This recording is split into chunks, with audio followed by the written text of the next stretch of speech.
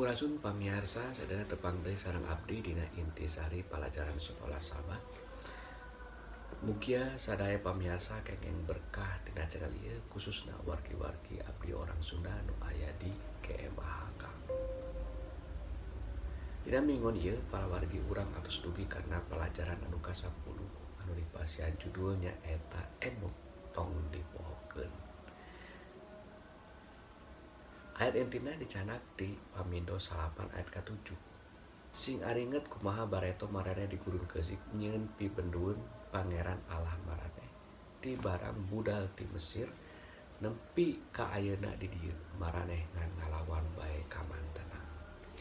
Masalah utami palawargi manusia osok poho komode amun atos umuran ieu panyakit anu umum tapi teu sawios pamiarsa. Amun urang lepatna kana perkara-perkara duniawi, tapi ulah lepat kana perkara kasalamatan anu atos dipasihkeun ku pangeran kanggo urang sadayana. Jalmi anu osok ngemut kana pangorbanan boh saderekna, boh rerencangana, pasti kana pangorbanan pangeran oge bakal sami anjeunna moal lepat. Anu tos dibuktoskeun dina kai palang anu jadi pokok pamikiranana pamiarsa dina minggon ieu urang kedah emut jeung tong mopohokeun obrolan pangeran sareng ciptaanana sabab ngan pangeran anu emut kana makhluk ciptaanana beda sareng jalmi atau manusia mah gampang poho tapi sanajan manusia loba baungna jeung salahna osok wae ngajauh ti Gusti. Padahal urang terang yang dilebet Gusti teh aya sukacita jeung kagumbiraan anu abadi anu moal aya dina hate manusia nu pinuh kasusah. Sanajan anjeunna nyaeta pangeran ngantek urang nying hareupan kasusah, tapi anjeunna moal cul pastina bakal masihan kakiatan keur urang sadayana ameh urang kengeng kasalamatan. Sajan urang diajar lebih tebih mangga urang sami-sami heula ngadua. Nun ama anu linggih sawarga abdi ngaturkeun nuhun ka Gusti anu tos ngaberkahan abdi sadayana dina waktos ieu abdi bade ngadangukeun pangandikana Gusti. Mugia Gusti ngaberkahan abdi ku roh suci supaya abdi tiasa ngartos kana pangandikana Gusti. Hatur nuhun Gusti abdi ngadua di lebet nami Yesus Kristus anu arus janten juru selamat sareng panebus abdi sadayana. Amin.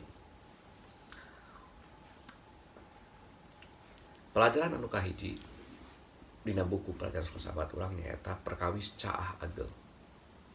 Yen Gusti kusabab asihna ka manusia sanajan manusia teu eureun-eureun nieun dosa tapi mantena moal deui ngabinasakeun kaumna atau manusia anu ciptakeunna anu aya dugi ka ayeuna ku caah anu gede deui. Sakumaha anu dicutat dina Kejadian 8 ayat ke-11. Kieu ikrar perjanjian kami ka maraneh, kami janji moal deui-deui sakabeh makhluk nu nyawaan ku kami dibasmi ku caah moal aya deui caah gede anu ngaruksak jagat. Ieu anu kena jadi emutan kanggo urang sadaya pamiarsa yen baheula kusabab gedena kasalahan manusia pangeran ngeuweuhkeun generasi eta ku caah anu gede. Tapi satos eta moal aya deui caah anu aya siga kitu keur mere hukuman kanggo manusia anu pinuh ku dosa teh. Eta sadaya kusabab asihna mantenna Gusti urang masihan waktos kanggo urang manusia keur tarobat. Anu kadua nyaeta perkawis padamelan ageng Gusti.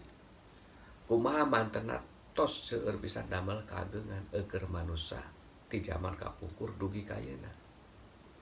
Kumaha asina ngelehkeun hukumna anu tos ditangtoskeun ka manusia tapi kusabab asih jeung rahmatna anjeunna masih keneh masihan waktos kanggo urang keur balik deui sareng ngemut karena sagala pangorbanan anu atos dipidamel ku Gusti. Urang tiasa aos ayatna dina Pamindo 4 ayat ke-34 bagian A.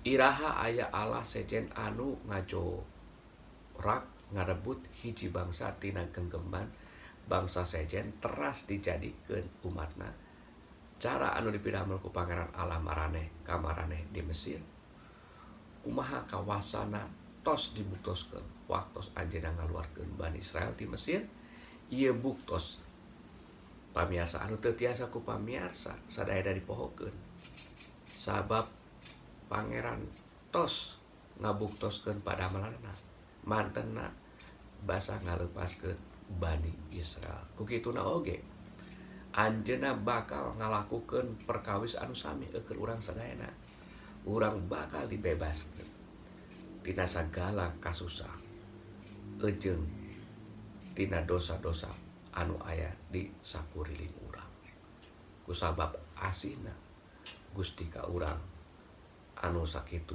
ageungna. Anu katilu pelajaran anu tiasa dicanak tina sakola sahabat urang dina mingon ieu nyaeta entong mopohokeun kana sagala padamelan Gusti nu ageung pisan tea. Dicanak tina Pamindo 4 ayat ka-8. Mana sing ati-ati jaga sangkan saumur-umur maraneh henteu nepi ka mopohokeun sakur anu geus kasaksi ku panosorangan caritakeun ka anak incu. Urang salaku manusia moal aya kawasa jeung kakuatan keur leupas tina sagala masalah anu aya di hareupeun urang ngan Gusti Yesus anu tiasa ngalepaskeunana pamiarsa. Sakumaha tadi harus dicutat tina Pamindo 4 ayat ka-8. Yen anjeunna anu tos ngalakukeun sagala upaya keur ngalepaskeun manusia tina lebet genggeman kawasa dosa. Jadi kusabab kitu eta kedah napel dina emutan pahlawan kisadayana. Kumaha Gusti atos bener-bener nulungan urang dugi ka sagalana teu aya nu kaliwat sakejap oge unggal renghapan napas urang anjeunna aya maturan manusia jeung mastikeun yen urang teh masih kene gaduh kasempatan keur salamet. Anu kaopat pelajaran anu tiasa urang dicanak dina pelajaran ieu nyaeta urang kudu tetep satia ka pangeran. Dina Pamindo 8 ayat ka-11 kieu seratna pepeujeuh ulah nepi ka poho ka pangeran Allah maraneh pepeujeuh ulah nepi ka ingkar tina sagala papakon anu ku Bapa diwurukeun poe ieu yen urang ulah nepi ninggalkeun Gusti kusabab anjeunna tos midamel sagala anu sae keur urang sadayana. Sanajan ayeuna urang sadayana palawargi nying hareupan kasusah momotan anu berat urang ulah ingkar jeung ninggalkeun Gusti sabab teu aya alasan urang keur undur jeung ngajauh ti mantena sabab ngan Gusti anu tiasa nyalametkeun urang sadayana. Anu panungtung anu kalima nyaeta pelajaran anu tiasa ku urang dicanak tina pelajaran sakola sahabat ieu nyaeta urang kudu sadar urang teh baheula jalma sasap jalma teu aya harapan. Sakumaha dicutat tina Efesus 2 ayat ka-12 harita mah arajeun teh pisah ti Kristus teu kaasup umat pilihan Allah teu kasebut tina perjanjian-perjanjian ti Allah ka umatna tuna harapan jeung teu baroga Allah. Status urang saacan diselametkeun ku Gusti urang teu gaduh harapan urang bener-bener sangsara jeung teu aya harapan keur salamet pamiarsa.